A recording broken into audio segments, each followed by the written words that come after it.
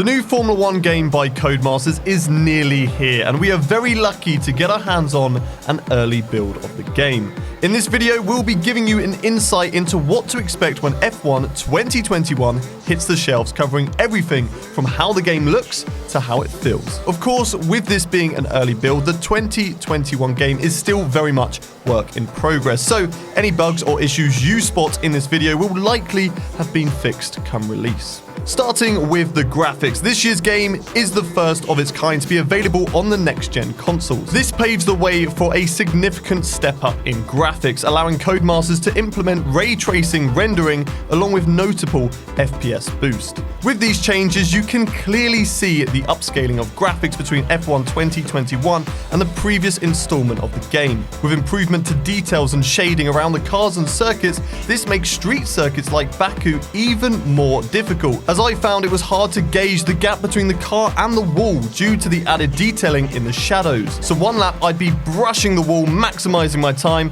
The next, I'd have lost 2 tires and was walking back to the pits. Codemasters have also improved on the fine details within the game too. Now, these may not matter to those of you who just want to pick up the game and go, but for those who have been a fan of the series for a while will really appreciate the small details. These details include an improvement in tarmac textures along with the introduction of dirt and gravel in runoff areas and curbs. Wet weather running looks more realistic, with the track looking far less shiny in comparison to 2020, with much larger puddles forming offline in torrential rain. Moving on to the one that you are probably most excited to hear about. It's the handling. Is it different? Well, in simple terms, yes. Yes, it is different. Quite a bit different, in fact. In the current 2021 season, the Formula 1 World Championship introduced a few technical regulations that saw the cars lose rear downforce, and this is reflected in the new game. Gone are the days where you could throw the cars into the corner even if you were carrying far too much speed.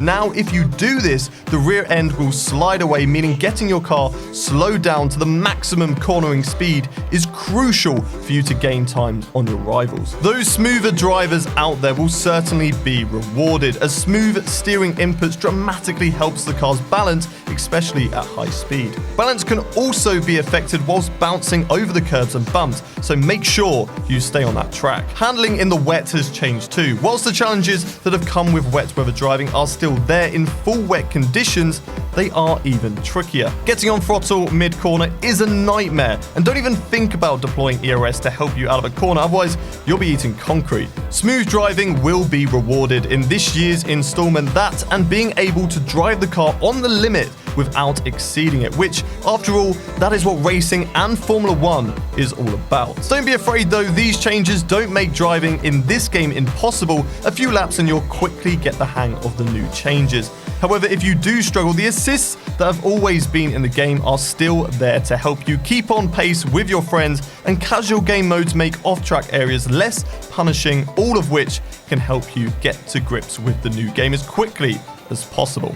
The heads-up display and replay mode has had a big update, with the main HUD looking much more streamlined than last year's, keeping it out of the way of key areas like mirrors and proximity arrows. The lap and position counters have been made to look alike with the real-life graphics package in F1, with the battery percentage clearly detailed and approaching DRS indicated by a bright green line, which fills in the closer you get. Race replays have had an update too, for those of you who love to watch the action again. The graphics package looks alike to real life, with an included lap counter and live timings of all the drivers in the race. I can see this tool being used by those who love to make career mode content from the game, with the feature allowing you to up your visuals and allow replay cameras to be included to add to the action. If, however, you don't want to have this covering your screen and just want to capture an insane overtake or crazy crash to upload to our Overtakes of the Week series, you can remove the driver names and lap counter with a push of a button. This year's game even allows you to save your full race replays for you to come back and check it out later.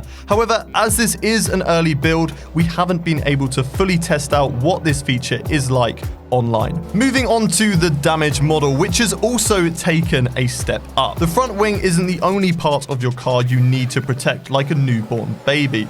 as the rear wing, diffuser, barge boards, and floor are all vulnerable to crumbling apart. Just like real-life Formula 1, you can only replace your front wing in the pit lane, so knock off a barge board or damage the floor and you'll have to suffer the consequences for the rest of the session. The AI have seen minor changes too. Previously, I thought with last year's game, Codemasters got it pretty spot on in 2020. However, I felt that AI moved over for you if you were half a car length behind. This year, don't expect the same kind of driving from them. If you are not front wheel to rear wheel, then they will not give you an inch. They will even make late defensive maneuvers if they feel like you are mid-dive bomb, meaning you will have to be super aware in order to avoid them and complete the move. Finally, for those of you who love the F2 cars as much as I do, the handling isn't too dissimilar from last year's. Codemasters will release the up-to-date versions of the cars and drivers later in the year.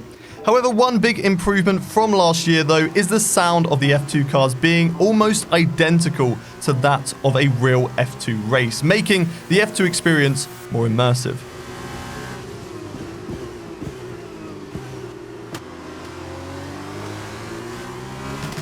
F1 2021 is set to be a big success, with the switch to next-gen consoles allowing a huge step up in visuals, and a handling system that not only caters for fans of sim racing, but settings to allow new arcade players to pick it up and go.